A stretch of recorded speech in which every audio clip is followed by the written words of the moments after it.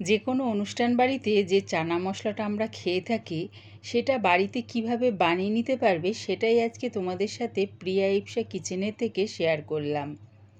রেসিপিটা ভালো লাগলে প্লিজ আমার চ্যানেলটিকে লাইক ও শেয়ার করে দিও। তবে দেখে নাও আমি এটা কেমনভাবে তৈরি করি। চানাটা জলের মধ্যে 6 থেকে 7 ঘন্টা মতন ভিজিয়ে রাখতে হবে। আমি এটা 4-5 বার জলের মধ্যে ধুয়ে সারা রাত্রির জলের মধ্যে ভিজিয়ে রেখেছিলাম। এবারে চানাটা আমি প্রেসার কুকারের মধ্যে দিয়ে দিলাম। চানা থেকে ঠিক 1 কড় ওপর পর্যন্ত আমি জল দিয়ে দিলাম। দিলাম 1 টুকরো দারচিনি, একটা তেজপাতা, সামান্য একটু হলুদ গুঁড়ো আর চানাটা সেদ্ধ হওয়ার মতন সামান্য একটু নুন। সব কিছু ভালো করে মিশিয়ে নিয়ে প্রেসারের ঢাকনাটা আটকে গ্যাসটাকে হাই ফ্লেমে রেখে 6 থেকে 7টা আমি সিটি দিয়ে নিলাম। গ্যাসটাকে অফ করে চানাটাকে রেস্টে রাখলাম। একটা কড়া বসিয়ে দিয়েছি, তার মধ্যে দিয়ে দিলাম বেশ খানিকটা সর্ষের তেল। ফোড়নের জন্য দিলাম 2টো শুকনো লঙ্কা আর 1/2 চামচ গোটা জিরে।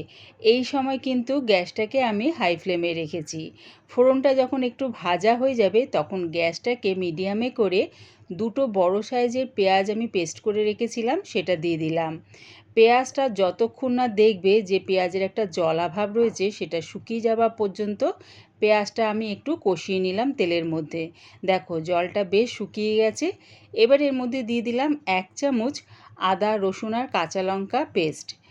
আদা রসুন কাঁচা লঙ্কার পেস্টটা দিয়ে আবারও একটু নাড়িয়ে চাড়িয়ে নিলাম।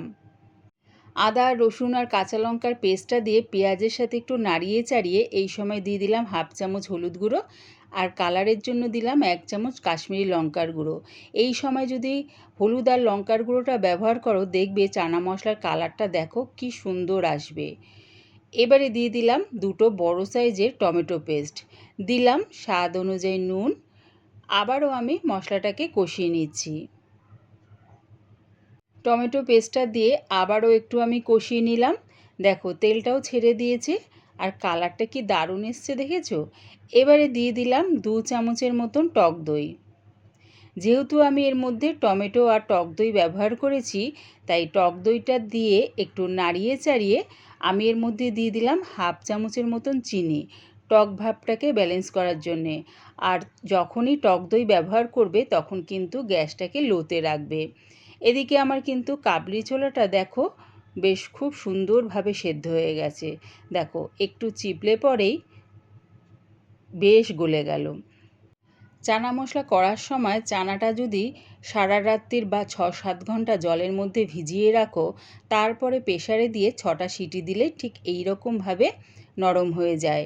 জল সমেত আমি চানাটা মশলার মধ্যে দিয়ে দিলাম।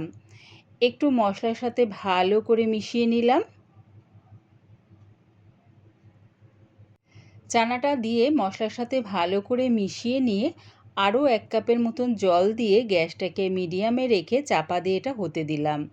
প্রায় 5 থেকে 7 মিনিটের পর চাপাটা খুলে এর মধ্যে দিয়ে দিচ্ছি 1 মুঠ ধনেপাতা কুচি আর দিলাম 1 চামচের মতন কাসুরি মেথি। সব কিছু ভালো করে মিশিয়ে নিয়ে গ্যাসটাকে একদম লোতে রেখে চাপা দিয়ে আরও 2 মিনিটের মতন এটা ফুটিয়ে নেব। তাহলে কি হবে, মশলার স্বাদ আর গন্ধ খুব সুন্দরভাবে চানার মধ্যে ঢুকে যাবে আর গ্রেভিটাও দেখবে খুব সুন্দর ঘন হয়ে যাবে। দেখো 2 মিনিট পর চাপাটা খুলে তোমাদের দেখাচ্ছি। রেডি হয়ে গেছে একদম অনুষ্ঠান বাড়ির মতন চানা মশলা। এবার এটা নামিয়ে নিলাম। আমার এই চানা মশলার রেসিপিটা পুরো দেখার জন্যে প্রিয়া ইপসা কিচেনের থেকে তোমাদের সবাইকে অনেক ভালোবাসা রইল।